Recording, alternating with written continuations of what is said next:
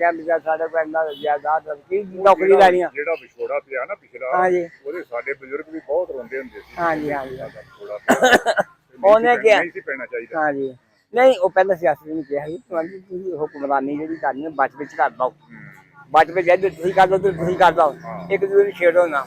ਪਰ ਨਹੀਂ ਵੀ ਬੰਦੇ ਬੰਨੇ ਹੈਗੇ ਜੋ ਫਿਰ ਨਾਲ ਕਤਲਾਮ ਸ਼ੁਰੂ ਹੋ ਗਈ। ਲੋਕਾਂ ਦੇ ਕੰਮ ਸੀ ਨਾ ਹਾਂ ਬਾਕੀ ਐਸਾ ਆ ਗਿਆ ਜੀ, ਬਸ ਕਿਸੇ ਨੇ ਪੁੱਛਿਆ ਹੀ ਨਹੀਂ ਹੈਗਾ। ਆਵਾਮ ਨੂੰ ਹੁਣ ਵੀ ਮਿਲਣਾ ਚੱਲਣਾ ਚਾਹੀਦਾ, ਉਧਰੋਂ ਉਧਰੀ ਨਾ ਆਉਣਾ ਜਾਣਾ। ਹੁਣ ਮਿਲਦਾ ਪੈਸੇ ਉਹਦੇ ਹੋਣ ਤੇ ਬੀਜੇ ਪੈਸੇ ਬਹੁਤ ਨਹੀਂ ਵੀਜ਼ੇ ਤੇ ਪੈਸੇ ਨਹੀਂ, ਸਰਕਾਰਾਂ ਨੂੰ ਚਾਹੀਦਾ। ਹਾਂ ਅੱਗੇ ਉਹਨਾਂ ਨੇ ਅੱਗੇ ਲਾ ਕੇ ਖੁੱਲ ਦੇਣੀ ਵੀਜ਼ਾ, ਉਧਰੋਂ ਵੀ ਇੱਧਰ ਆਉਣ ਤੇ ਇਧਰੋਂ ਉਧਰ। ਹਾਂਜੀ ਹਾਂਜੀ ਇਹ ਹੁਣ ਇੱਥੇ ਪਹਿਲਾਂ ਦੱਸ ਰਹੀ ਰੱਜਦੇ ਹੈਗੇ ਨੇ, ਉਧਰੋਂ ਰੱਜਦੇ ਨੇ ਇੱਧਰੋਂ ਰੱਜਦੇ।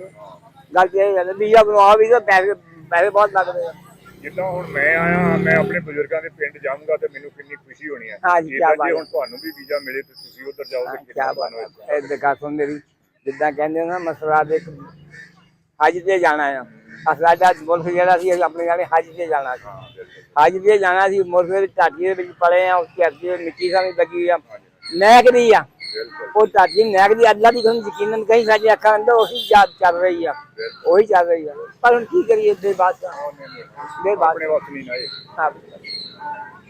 ਰਾਹੋਂ ਦਾ ਸਟੇਸ਼ਨ ਬਣ ਗਿਆ ਪਤਾ ਤੇ ਰਾਹੋਂ ਦਾ ਸਟੇਸ਼ਨ ਬਣ ਗਿਆ। ਹਾਂ ਸਟੇਸ਼ਨ ਤੇ ਸਾਰੇ ਹੈਗੇ ਆ। ਅੱਛਾ ਜੀ ਅੱਗੇ ਕਹਿ ਨਹੀਂ ਸਕਦੇ ਨਾ ਬੈਨ ਵਿਚੀ ਦੀ ਸਟੇਸ਼ਨ ਹੈ ਨਹੀਂ ਸਾ ਕੋਈ ਵੀ ਬੰਦ ਨਹੀਂ ਆ, ਸਾਰੇ ਸਟੇਸ਼ਨ ਜਿਹੜੇ